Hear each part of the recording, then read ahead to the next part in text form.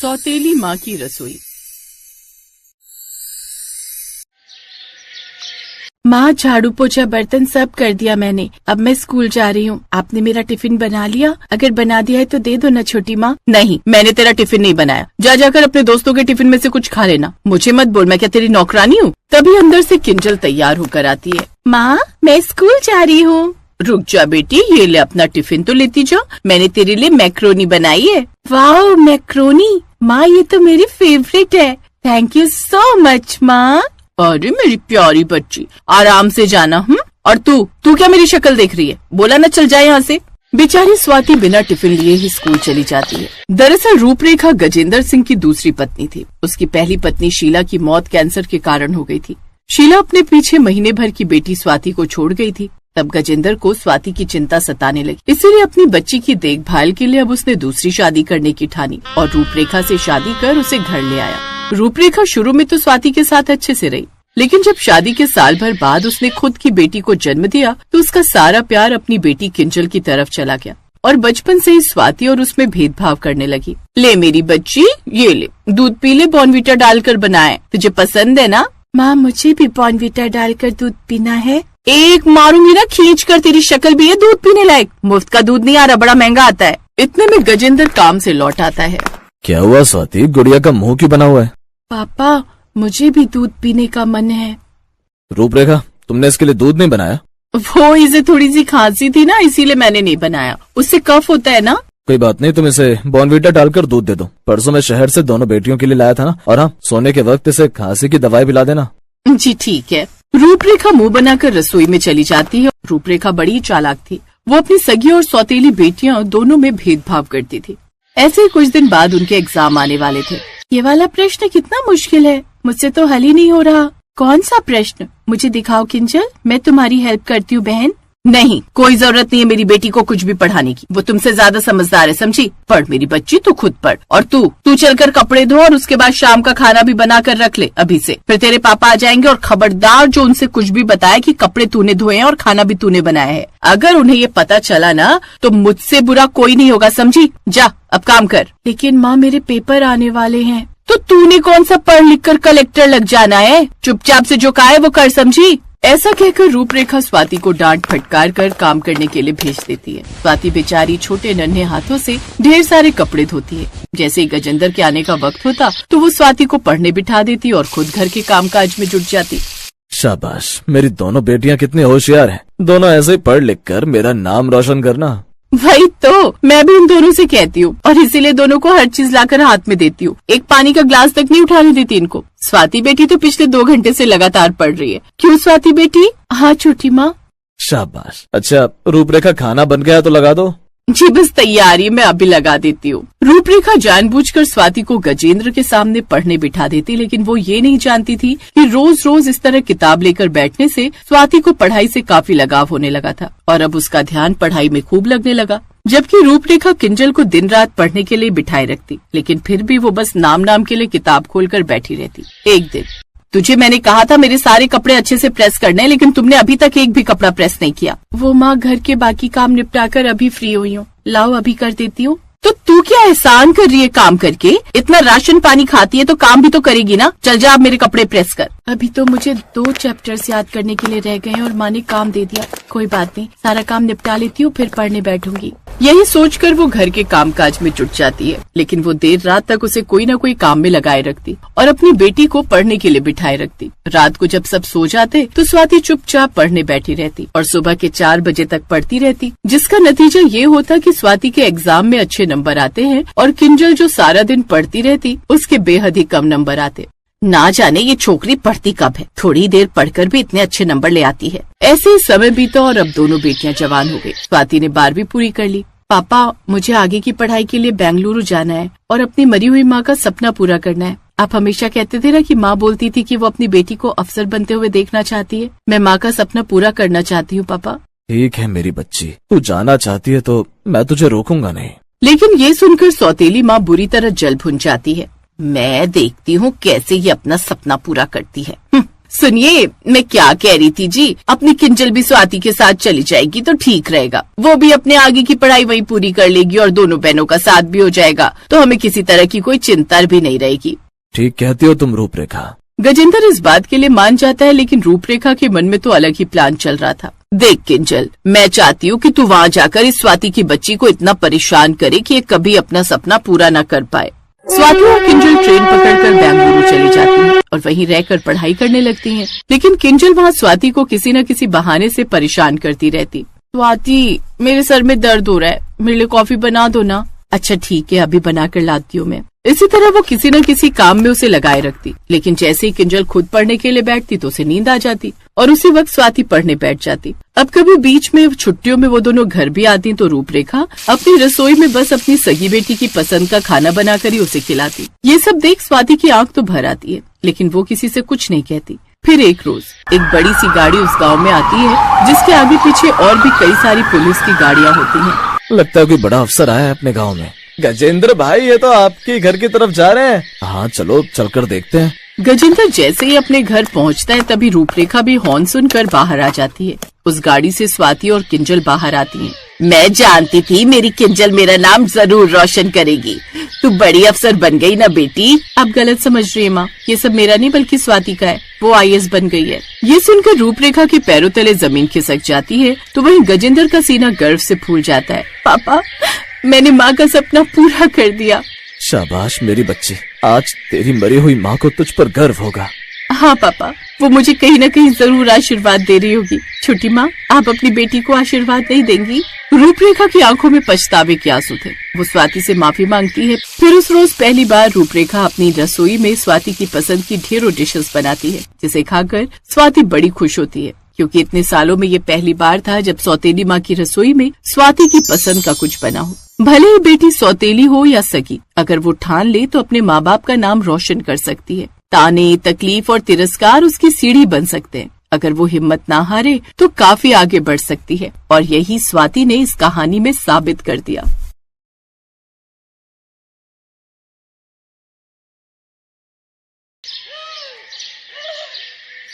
चलना अनन्या, किसी को उल्लू बनाते हैं। क्या सुकन्या, तुझे तो हर टाइम मस्ती सूझती रहती है। घर चल। चल लेंगे ना, पर पहले किसी को बेवकूफ बनाते हैं। नहीं, बहुत हो गया। उल्टे पुल्टे काम तू करती है और डांट मुझे खानी पड़ती है। और सुन, वो कल पड़ोसन आंटी के साथ क्या किया तूने? क्यों, कुछ कह रही थी क्या? हाँ, मुझसे कह रही थी कि आजा तुझे सबक सिखाती हूँ। बता तूने क्या कहा उन्हें? अरे कुछ नहीं, वो मुझे बहुत खड़ूस लगती है तो मैं उनसे भिड़ गई, और जब उन्होंने मुझसे कहा कि वो मम्मी से शिकायत कर देंगी तो मैंने भी कह दिया, यहाँ मैं भी देख लूंगी, मेरा नाम अनन्या है, अनन्या। इतना कहकर अनन्या गुस्से में सुकन्या को मारने के लिए दौड़ी और सुकन्या अपने घर की तरफ भागने लगी। अनन्या और सुकन्या जुड़वा बहनें थी, देखने में बिल्कुल एक जैसी। उनमें फर्क कर पाना बहुत ही मुश्किल था। कई बार तो उनके माता पिता भी उन्हें पहचानने में धोखा खा जाते थे, और इस बात का सुकन्या बहुत फायदा उठाती थी। वो हमेशा कुछ भी शरारत करती तो डांट बेचारी अनन्या को खानी पड़ती। उस दिन भी घर देर से आने के लिए अनन्या को ही माँ से डांट खानी पड़ी। फिर शाम को, मिल गया सुकून तुझे? अरे यार, क्यों इतनी टेंशन लेती है? 1-2 साल बाद हमारी शादी हो जाएगी, फिर तू कहाँ और मैं कहाँ। सुकन्या धीरे धीरे और चालाक और कामचोर होती गई, और अनन्या उतनी ही मेहनती और संस्कारी। मगर दोनों बहनों की किस्मत ने उन्हें एक दूसरे से दूर नहीं होने दिया। दोनों बहनों की शादी एक ही घर में हो गई। बड़े भाई की शादी सुकन्या से और छोटे की अनन्या से। अनन्या को घर का सारा काम आता था, खासकर वो खाना बहुत ही अच्छा बनाती थी, जबकि सुकन्या ने कभी कुछ नहीं सीखा। फिर एक दिन,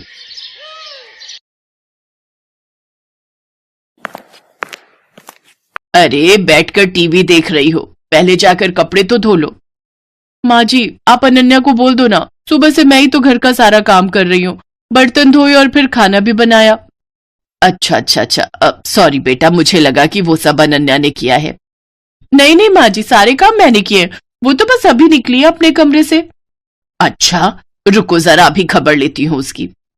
सरला गुस्से में अनन्या के पास गई जो झाड़ू लगा रही थी। दिन भर बस टीवी या फिर आराम, अब ये कोई टाइम है झाड़ू लगाने का? पर माँ जी। चुप हो जाओ, एक उसे देखो, अपनी बहन को, कितना काम करती है बेचारी। अपनी सास की बात सुनकर अनन्या समझ गई कि उसकी बहन सुकन्या ने उसकी सास को भी बेवकूफ बना दिया है। वो अपनी सास से कुछ नहीं बोली और चुपचाप झाड़ू लगाती रही। बेचारी अनन्या सुबह से शाम तक घर के सारे काम करती, लेकिन फिर भी उसे ही सास की डांट खानी पड़ती।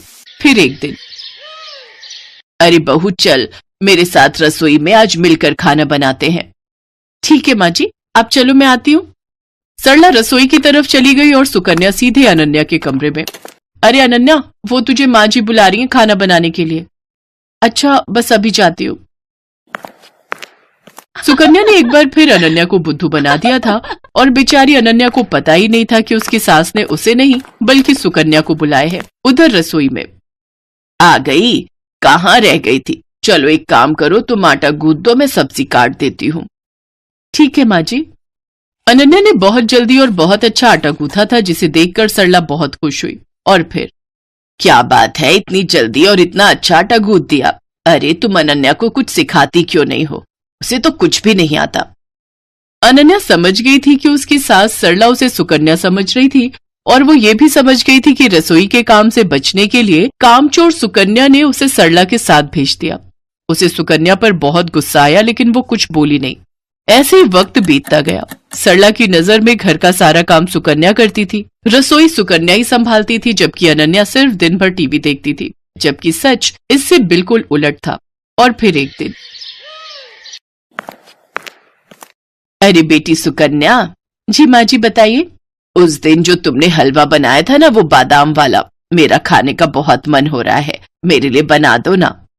इसमें कौन सी बड़ी बात है, लो आप टीवी देखो, मैं बस अभी लाती हूँ बनाकर। ना ना, मुझे तो खाना है ही, पर मुझे वो हलवा बनाना भी सीखना है, तो मैं भी चलती हूँ साथ। तुम बनाना और मैं देखूंगी। अब आप बैठिए ना माँ जी। अरे चलो ना, साथ में बनाते हैं। सरला जिद पर अड़ गई थी और उधर सुकन्या की हालत खराब हो रही थी, क्योंकि आज तक उसने कभी कुछ बढ़िया नहीं बनाया था, जबकि उसकी सास सरला को लगता था कि सुकन्या ने पूरी रसोई संभाल रखी है। लेकिन सुकन्या इतनी जल्दी हार कैसे मान लेती? उसने फौरन दिमाग दौड़ाया। अब माँ जी, मैं तैयारी करती हूँ, तब तक आप बादाम ले आइए। अरे मुझे अपने कमरे में जाना पड़ेगा, बादाम का डिब्बा वहीं रखा है, चलो मैं लेकर आती हूँ। जैसे सरला अपने कमरे की तरफ गई, तभी रसोई में अनन्या आ गई। उसने बिल्कुल सुकन्या जैसी ही साड़ी पहन रखी थी। तू जा, मैं देख लूंगी। पक्का ना? हाँ हाँ, मुझे पता है कि तुझे कितना हलवा बनाना आता है, जल्दी कर वरना माँ जी आ जाएंगी। अनन्या नहीं चाहती थी कि उसकी बहन को डांट पड़े, इसलिए वो सुकन्या बनकर रसोई में काम करने लगी। उसने अपनी सास को सुकन्या बनकर ही हलवा बनाना सिखाया। हलवा बहुत ही स्वादिष्ट बना था। सरला सुकन्या से बहुत खुश थी, क्योंकि वो तो अनन्या को सुकन्या ही समझ रही थी। फिर जाते जाते सरला ने अनन्या से कहा, बेटी सुकन्या, तुम ना अपनी बहन को भी समझाओ, मुझे तो उसे देखते ही गुस्सा आ जाता है। बताओ, तुम दोनों एक ही माँ की कोख से जन्मी हो, लेकिन तुम में और उसमें कितना अंतर है। सरला की बात सुनकर अनन्या को बहुत दुख हुआ। वो अपनी सास से सब सच कहना चाहती थी, लेकिन फिर अपनी बहन के बारे में सोचकर चुप रह गई। अगली सुबह सुकन्या जैसे ही उठकर रसोई की तरफ आई, तो उसकी सास सरला ने उसका हाथ पकड़ लिया। ये क्या कर रही है माँ जी? आज तुझे नहीं छोड़ूंगी। तूने मुझसे हमेशा झूठ बोला, तुझे कुछ नहीं आता, और तूने हमेशा अपनी बहन की मेहनत को अपना बताकर आराम तलबी की, और वो बेचारी दिन भर रसोई और बाकी कामों में लगी रही, ऊपर से मेरी डांट भी चुपचाप सुनती रही। सरला लगातार सुकन्या को डांट रही थी, तभी सुकन्या ने फिर से झूठ बोलकर बचने की कोशिश की। नहीं माँ जी, मैं झूठ नहीं बोल रही, मैं तो खूब काम करती हूँ। कल रसोई में सारा दिन लगाकर आपके लिए हलवा बनाया था ना, तब तो आप भी वही थी। वही थी, इसीलिए सब कुछ जान सकी। तूने हलवा बनाया था तो जरा दिखा अपनी कलाई, जो कल कढ़ाई उतारते हुए जल गई थी। दिखा, दिखा ना। अब सुकन्या अपने हाथ पीछे किए बिल्कुल चुप खड़ी थी, क्योंकि उसकी चोरी पकड़ी गई थी। इसके बाद सरला फौरन दूसरे कमरे में गई, जहां अनन्या अपनी जली हुई कलाई के साथ खड़ी थी। सरला ने उसके सिर पर हाथ फिराया और बड़े प्यार से बोली, मुझे माफ कर दो बेटी, लेकिन तुम भी मुझसे वादा करो कि इस घाव के ठीक हो जाने के बाद भी तुम और कोई दर्द नहीं झेलोगी अपनी उस कामचोर बहन की खातिर। Thanks for watching.